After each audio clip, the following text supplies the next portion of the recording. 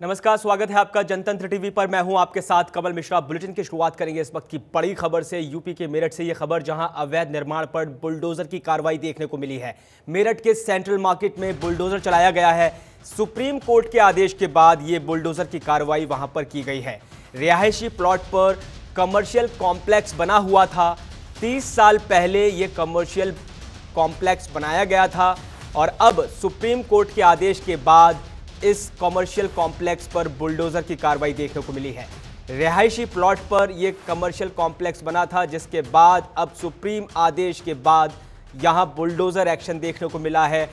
UP के मेरठ से इस वक्त की बड़ी खबर जनतंत्र टीवी अपने दर्शकों को दिखा रहा है, जहां अवैध निर्माण पर बुलडोजर की कार्रवाई की गई है। तस्वीरें अपने दर्शकों को दिखा रहे हैं। ये वो इलाका जहां पर सुप्रीम आदेश आया, जिसके बाद अब बुलडोजर की कार्रवाई वहां देखने को मिल रही है। तो 30 साल पहले कमर्शियल कॉम्प्लेक्स बना था, जो 30 साल से लगातार यहां मौजूद था, और अब सुप्रीम कोर्ट के आदेश के बाद ये अवैध निर्माण घोषित किया गया। इस अवैध निर्माण के ऊपर अब प्रशासन की तरफ से बुलडोजर की कार्रवाई देखने को मिल रही है। तस्वीरें देखिए किस तरीके से वहां पर बैरिकेडिंग की गई है, पुलिस व्यवस्था को चाक चौबंद किया गया है और अब वहां बुलडोजर की कार्रवाई की जा रही है।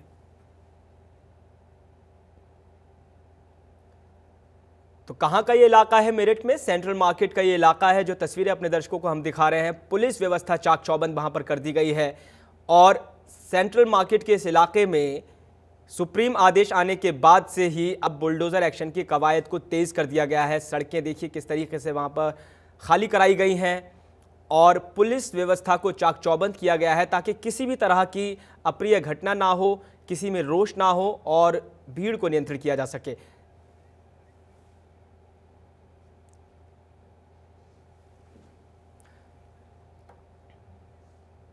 और इस खबर पर ज्यादा जानकारी के साथ हमारे संवाददाता लोकेश टंडन मेरठ से लाइव जुड़ गए हैं।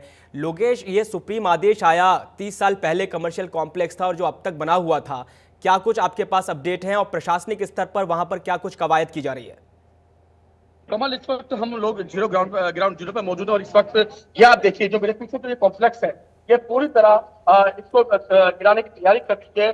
अब तक लगभग 1.5 घंटे की जो कार्रवाई है वो हो चुकी है और उस कार्रवाई में इस जो दुकान को, क्योंकि पहले ये जो रिहायशी इलाका है, रिहायशी इलाके के अंदर ये कॉमर्शियल इसको यूज में लिया गया है। यहाँ पर पूरा कॉम्प्लेक्स बना दिया गया है। इस कॉम्प्लेक्स के अंदर बताया जा रहा है 22 दुकानें हैं।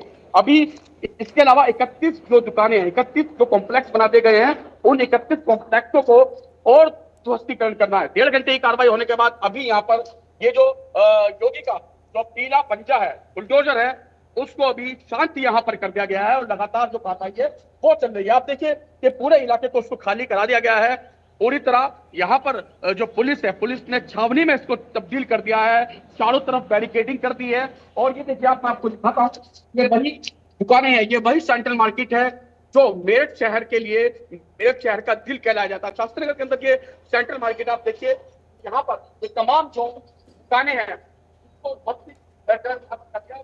आपको दिखाऊं। यहाँ पर एक और जो बुलडोजर है वो चल रही है, वो कार्रवाई कर रही है। तस्वीर में आप देख सकते हैं, ये जो बुलडोजर है, ये बुलडोजर यहाँ पर कार्रवाई कर रही है लगातार।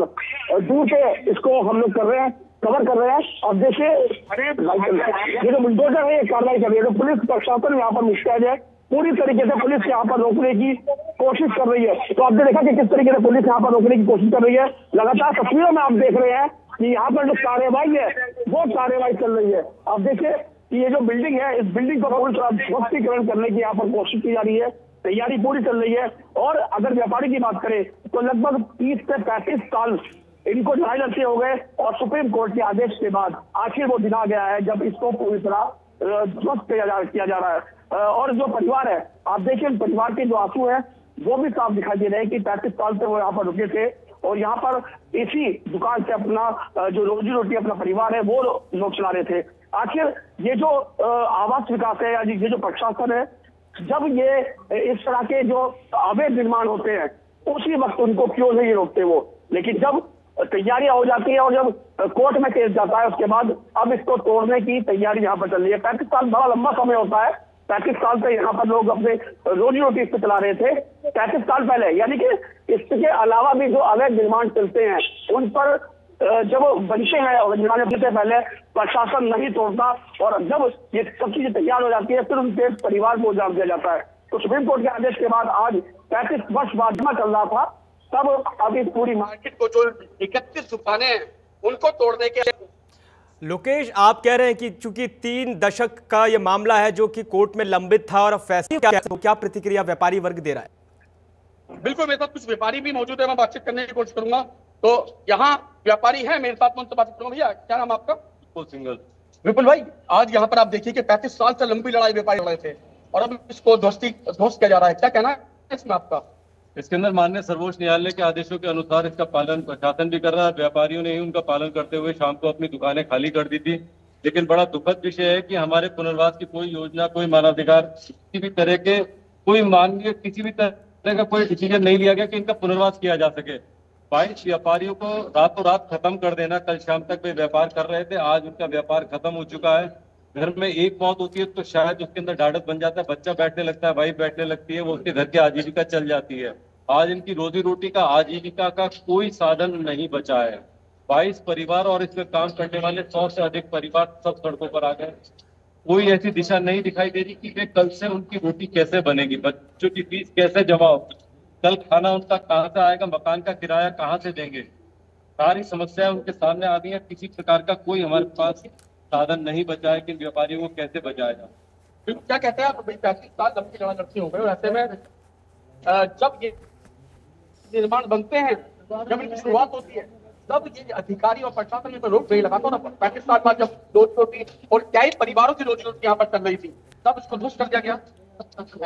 राष्ट्रीय सेटल मार्केट देखिए, सुप्रीम कोर्ट का जजमेंट 22 लोग बेरोजगार हो गए सड़कों पे।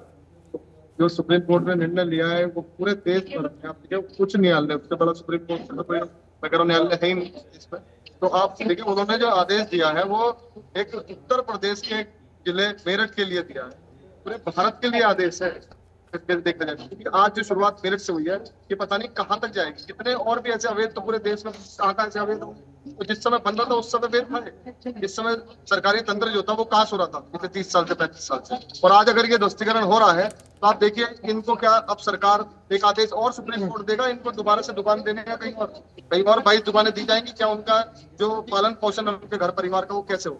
तो मैं तो बस यही मांग करूंगा कि ये जो कार्रवाई हुई है ये एक तरीके से इनके पेट में लात लगी है व्यापारियों के। और भविष्य में जो आदेश दिया सुप्रीम कोर्ट ने, ये आदेश बड़ा निंदनीय है। बिल्कुल सरकार को सोचना पड़ेगा, केंद्र सरकार को सोचना पड़ेगा, राज्य सरकारों को सोचना पड़ेगा इस विषय पे। अगर ये आदेश लेके कोई भी कोर्ट पहुंच जाएगा तो इस आदेश को लेकर कहीं पे भी जो है अवैध तरीके की हुआई शुरू हो जाएगी, अवैध तरीके का जो है शुरू हो जाएगा, धमकाना डराना धमकाना शुरू हो जाएगा। तो ये ब्लैकमेलिंग का एक आदेश जो आया, इसके ऊपर बहुत लोग ब्लैकमेलिंग करेंगे। उसे सरकार को सोचना होगा, केंद्र सरकार को भी, यूपी गवर्नमेंट को भी, और जो सुप्रीम कोर्ट का निर्णय इसको भी दोबारा से एक बार पूर्ण सोचना पड़ेगा। बिल्कुल बाबू जी, क्या नाम आपका? क्योंकि यहाँ आप देखिए कि लगभग 35 साल पहले जब ये बना था, ये उस समय रिहायश हुआ करता था, आवाज के था, लेकिन अवैध निर्माण इसको बताकर कहा गया कि यहाँ पर कॉमर्शियल बना दिया रिहायशी इलाके की जगह। तो क्या कहेंगे आप इस पर?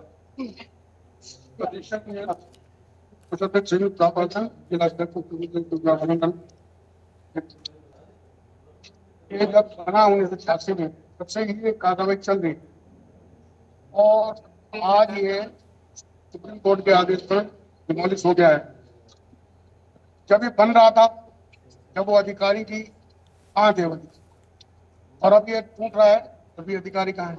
उन अधिकारियों जो उनके बीच में बना है उन पे भी मतलब शीघ्र कार्रवाई होनी चाहिए। और दूसरी यकीनन लोकेश, जिस तरीके से आप व्यापारी वर्ग से बात कर रहे हैं वो ये कह रहे हैं कि वहां पर 100 लोग हैं और आजीविका का साधन और पुनर्वास नीति को लेकर के भी वहां पर अब बड़ा सवालिया निशान मेरठ के अंदर खड़ा होता हुआ दिखाई दे रहा है। बहुत बहुत शुक्रिया लोकेश, तमाम जानकारी दर्शकों के साथ साझा करने के लिए।